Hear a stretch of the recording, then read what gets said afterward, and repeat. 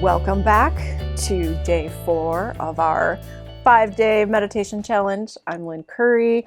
I'm a McNair director at Central Michigan University. I am so happy that you are hooking in and learning about this potentially profound practice and exploring for yourself what meditation might be able to do for you. And so as a quick recap, today we're going to be doing 4 minutes of meditation. Before we get into our practice though, I just want to recap that what we are doing, right? This is all about training our brains. It's about doing a little bit of exercise, right? A little bit of exercise, just like we go to the gym to work our muscles, or we do physical exercise to work our muscles. We are training the muscle of our mind, right? We are training our brains to focus. Focus.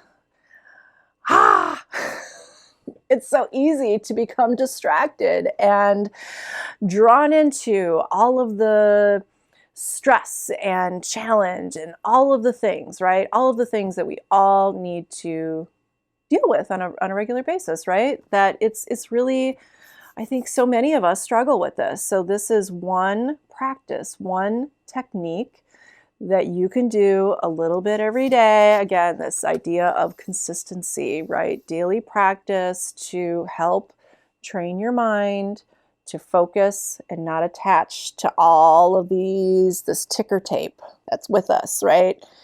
This and that, telling yourself that you're no good and worrying about this and stressing about that, right? All of this stuff we can learn to not attach, and we learn to step into greater ease and being okay, right? I am okay. Even if things are not okay, I can still be grounded in my okayness. So that is what meditation teaches us. And so today, I think one of the biggest challenges for meditation is that people lose sight of this potential for it to be profound, this potential for real transformation, really, because when you are learning and training yourself to be more present, being more awake, that really can translate in many different aspects of your life, right? And so it's pretty easy to begin a practice and say like, okay, I'm gonna practice meditation. I'm gonna do this, and then all of a sudden you're like, this is kind of boring. Meditation is kind of boring, right? Once you kind of get into this flow of sitting and breathing on a daily basis, it can be boring. It can be really hard, right? You might feel really anxious, and so your practice might feel hard. You might, things might come up, right? Just sitting with yourself in stillness and silence, focusing on your breath. I think a lot of people are like, okay, this is boring. Nothing is happening. There's no like instant, like, okay, like, oh, I'm less stressed. Like you might be more relaxed after you meditate, or not. You could be totally agitated by the fact that all you were doing was thinking during your meditation, right? It doesn't matter. It doesn't matter what the practice is. Let's always remind ourselves of that, right? We got to let go of that. We're not trying to be perfect in any sort of way. We're just simply trying to be consistent in our practice and coming back to our breath, coming back to ourselves, because that will start to translate, right? Even if immediately we're like, what am I doing this for? I'm wasting time. I could be doing other things. I'm just sitting here doing nothing. This is boring and this is hard, right? I mean, you could do that. So the antidote to that, in my view, is this: trust. Trusting yourself, and trusting the practice. Trusting yourself, trusting the practice and the process, right? So it's not like, I think in our culture, it's like we just want these instant results. And that's not what meditation is. It's not this big glamorous, thing either, right? It's a daily practice. It's a daily habit. And I think this is where it's just really interesting, because so many, at least in my experience of working with students, and faculty, that, you know, intellectually we can say, oh yeah, meditation, that's probably a good thing, and it would probably benefit me in numerous ways. But it's a whole nother thing to actually do the daily practice. So to sit with the boredom, to sit with ourselves in silence, and to have faith and trust, right? And so you might have noticed here my little sign that I've had here. And this was really three core concepts that when I did my teacher training, our whole training was sort of couched within these core principles of the potential of our meditation practice. As I've mentioned, just allowing ourselves to learn more about ourselves, right? So gaining more insight about ourselves and ultimately the world, right, around us. So trusting that this process will lead to something, right? More than just being able to focus, right, and let go of stress, but also compassion, developing a greater sense of compassion for others and for ourselves. In most cases, I think it's harder to be compassionate with ourselves, right? It's just so easy to beat ourselves up. And when we are in our meditation practice, learning to be gentle, learning to, oh, I'm thinking again, let it go and come back. I'm thinking again, I'm going to let it go with a sense of deliberateness, right? But also a sense of softness, a sense of gentleness, right? So we are developing greater compassion. Okay. And so, and that's huge. That's huge. And then courage. This is, you know, wonderful, because I think that when we learn to go in further, you know, step further into ourselves, like that's really what it is. So we're stepping more into ourselves, and we're not trying to change ourselves. Meditation really is not about striving to be better or striving to be anything other than what we already are. And so when we are in meditation practice, we're learning to simply be and just notice our own strength, notice our own beauty, and to embrace that, right? Instead of trying to be anything that we're not. That's what meditation can potentially bring us more toward ourselves.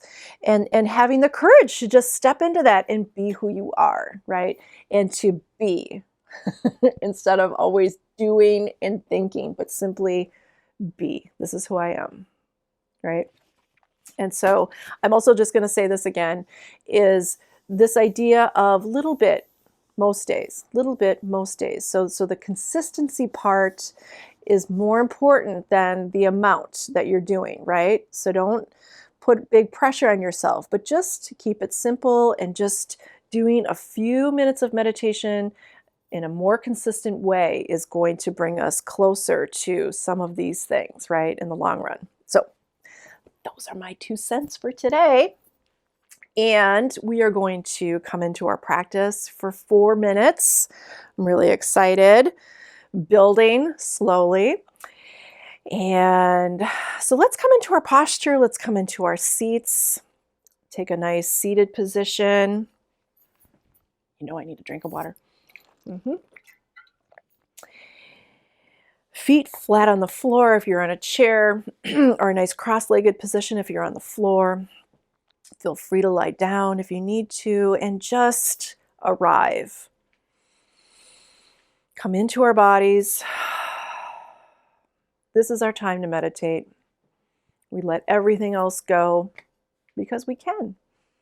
We are making this choice to create the space and time for ourselves, to simply be with ourselves, to simply allow ourselves to come into our bodies, come into our breath, so that we can spend a little bit of time working with our minds. And so we just go ahead and take a nice seated position. Feel your natural elegance, feel your natural dignity, feel yourself uplifted and grounded, strong, soft, open. Hands simply rest, palms down. Just let go of any tension. Breath is natural in and out of the nose. Chin is slightly tucked as we take our soft gaze cast down 4 to 6 feet in front of us. And we just simply take in whatever it is that we see.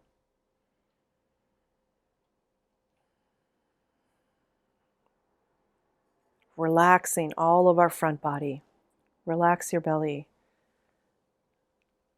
Top of the head reaches up just a millimeter more, perhaps. Relax your jaw. We come into our breath. Breath is our object of attention. It's our anchor. Start to feel the inhale followed by the exhale. Beautiful flow in and out. Slight pause. No effort needed. Breath is with us if we tune in. Feel your breath.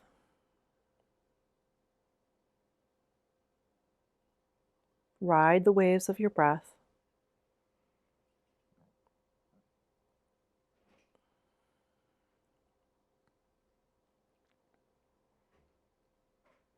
Beautiful cycle of breath over and over again. Flows in and flows out. Our minds will continue to make thoughts, no problem. We simply allow them to fade to the background because right now we're tending to our breath. There's no need to do anything about our thoughts. We simply let them be as they may. If we notice that we become absorbed in any of our thoughts, completely fine. There is the opportunity to simply wake up, notice that we're thinking. We can choose to let go of the thought and come back to our breath. It's as simple as that. We make that choice over and over again as many times as we need to. No judgment. Sense of softness, gentleness, and we simply begin again.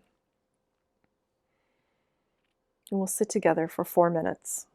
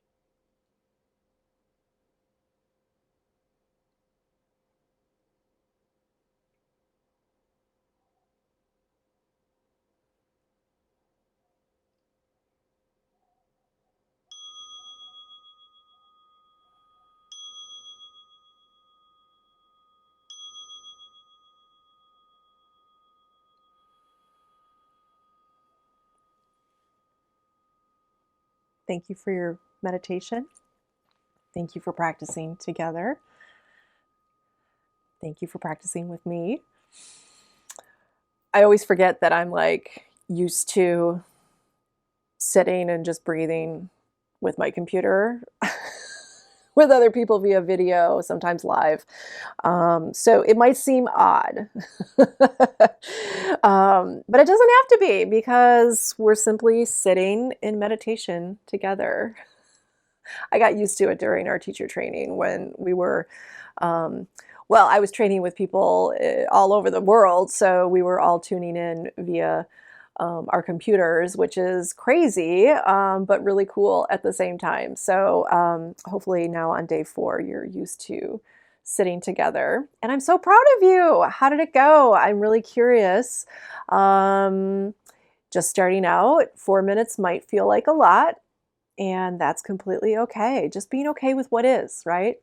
And as a reminder, you can find me on Instagram at Lynn Curry, because I would love to know how you're doing, how the 5-day challenge is going. What are you thinking about meditation? Hit me up, because I sincerely am interested in building community, having connection with people who are interested in meditation, who are interested in cultivating a daily practice. And if I can lend my support in any way, I sincerely want to do that. So thank you for joining me for day 4. We've got 1 more day left. We're going to get the big 5 minutes in. So I hope that you come back tomorrow. I will see you soon. Thank you.